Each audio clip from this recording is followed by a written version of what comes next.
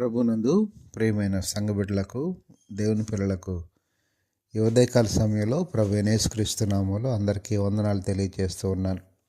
గడిచిన రోజు నుంచి ఈ రోజు వరకు దేవుడు మనకు తోడుగా ఉండి ఆయన కాపుదల మనతో ఉంచి ఈ ఉదయకాల సమయంలో మరొకసారి ఆయన నామాన్ని స్తుతించుకోవడానికి ప్రభు ఇచ్చిన మంచి సమయాన్ని బట్టి దేవునికి మహిమ, ఘనత, ప్రభావాలు కలుగును గాక.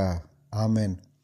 అనుదిన వాక్యాహారం ద్వారా ఈరోజు దేవుడు మనకిస్తున్న వాక్య వాగ్దానం, నీ కోరికను సిద్ధింపజేసి నీ ఆలోచన యావత్తును సఫలపరచునుగాక అని 20వ కీర్తన 4వ వచనంలో మనం చూస్తూ ఉన్నాం.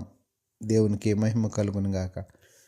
ప్రియమైన దేవుని పిల్లలారా, ఈనాడు మానవులకు అనేకమైనటువంటి కోరికలు, ఆలోచనలు ఉంటూ ఉంటాయి. అయితే ఆ కోరికలు నెరవేర్చబడాలి అంటే ఖచ్చితంగా దేవుని యొక్క సహాయము అవసరమై ఉంది, దేవుని యొక్క చిత్తం అవసరమై ఉంది.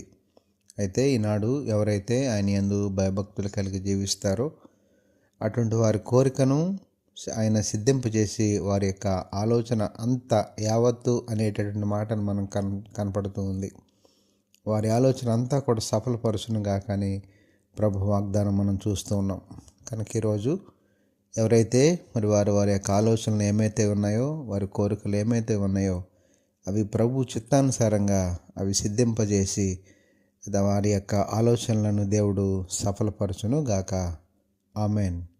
పరిశుద్ధుడైన మా దేవ, ప్రేమగల మా తండ్రి, ఈ ఉదయకాల సమయంలో మరొకసారి మీ శ్రేష్టమైన ఉన్నతమైన నామానికి వందనాలు, స్తోత్రాలు చెల్లిస్తున్నాం ప్రభా. ఈరోజు మీరు మాకు ఇచ్చిన వాక్య వాగ్దానాన్ని బట్టి నీకే స్తుతులు, స్తోత్రాలు చెల్లిస్తున్నాం. ఈరోజంతా నీ పిల్లమైన అందరికీ మీరే తోడుగా ఉండి సహాయం చేసి నడిపించండి. వాక్య వాగ్దానాన్ని నీ బిడ్డల జీవితాల్లో నెరవేర్చండి ప్రభా. ఈరోజు పుట్టినరోజు, పెళ్లిరోజు జరుపుకుంటున్న బిడ్డలు ఎవరైతే ఉన్నారో వారందరినీ పేరు పేరున దీవించి ఆశీర్వదించమని యేసు పరిశుద్ధ నామమున అడిగి వేడుకొనుచున్నాము తండ్రి. ఆమెన్.